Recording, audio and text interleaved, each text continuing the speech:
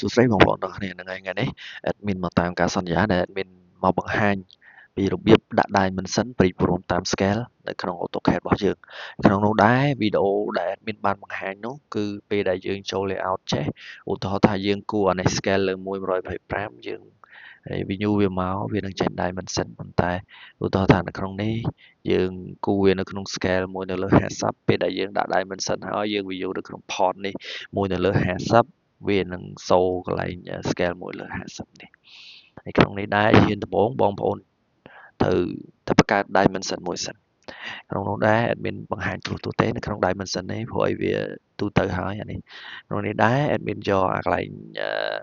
style របស់ standard dimension ហ្នឹងយកមក modify តែម្ដង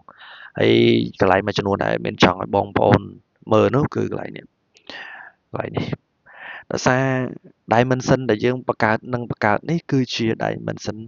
annotative ដែលវាអាចព្រីព្រមតាម scale ដែលយើងគូរបាន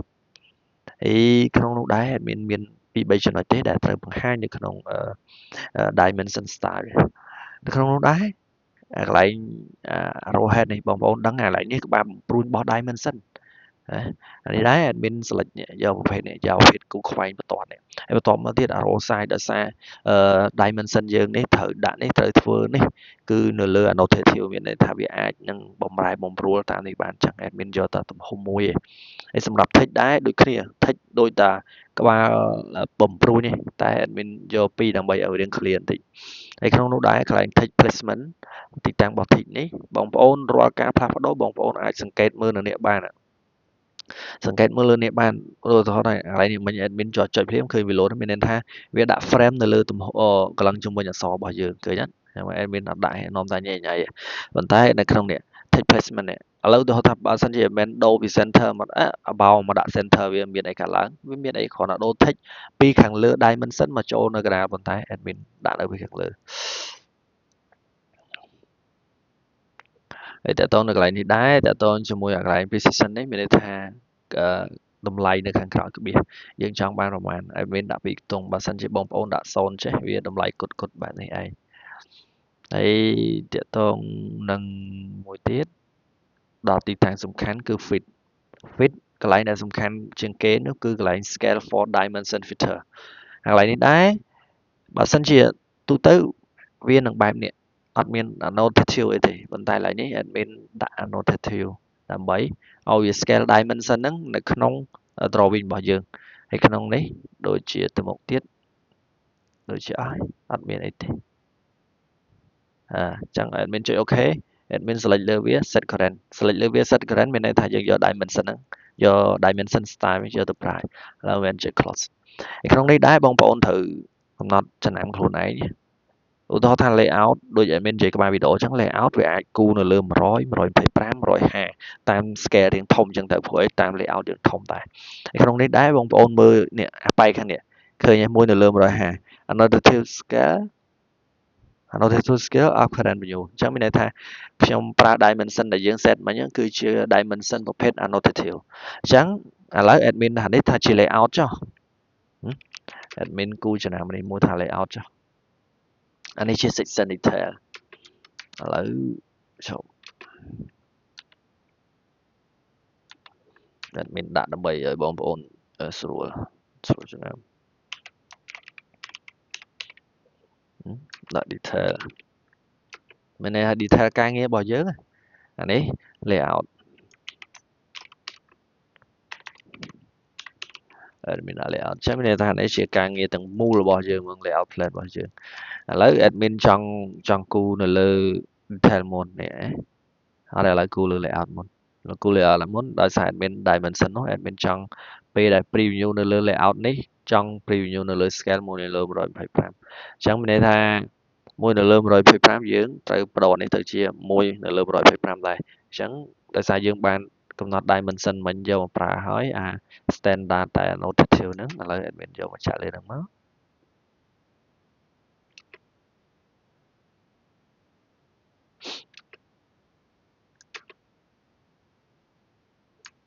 អញ្ចឹងមកតមួយទៀត admin ចង់ចាក់ dimension scale 1លើ50អញ្ចឹងនៅក្នុងនេះបង្កើតអញ្ចឹងមកចុចអញ្ចឹងមក ចាក់ dimension យើងធម្មតាមកសៀវមួយប៉បចូលមក layout ចូល layout admin separate វាជា2 view port ក្នុងនេះដែរបំឡងគឺចង់បង្ហាញថាមួយនៅលើ scale មួយលើ125មួយនៅលើ50ក្នុងនេះដែរចាំមើល admin ទៅ preview ហើយនេះធម្មតាយើងចុចចូលណាកន្លែង view port វាអាច preview អញ្ចឹងបានអញ្ចឹងពេលដែលយើងចុចចូលនឹងហើយ scale វាមាន1លើ125មួយទៀតនៅលើ1លើ50អញ្ចឹង admin អានេះ scale 1លើ125អញ្ចឹង admin ចុច1លើ125បងប្អូនមានកត់ចំណាំទេថានៅក្នុងនេះដែរនៅលើ model របស់ខ្ញុំចាក់ dimension ទាំងពីរមែនអត់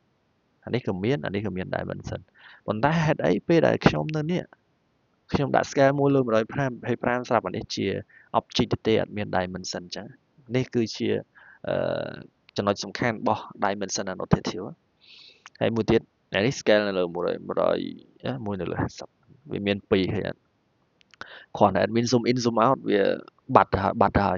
dimension នៅលើ scale 1លើ125ប៉ុន្តែនេះ1នៅលើ50ឥឡូវ admin ចង់ឲ្យវាត្រឹមត្រូវនេះដាក់លើនេះ1នៅលើ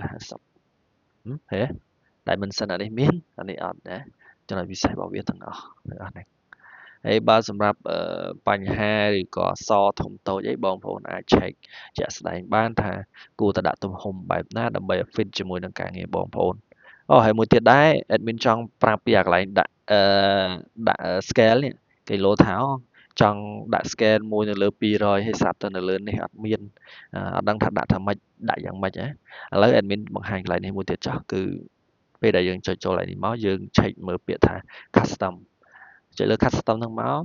កុំខ្វល់លើអានេះចុចលើអាណាក៏បានដែរចុចពាក្យ add មានន័យថា name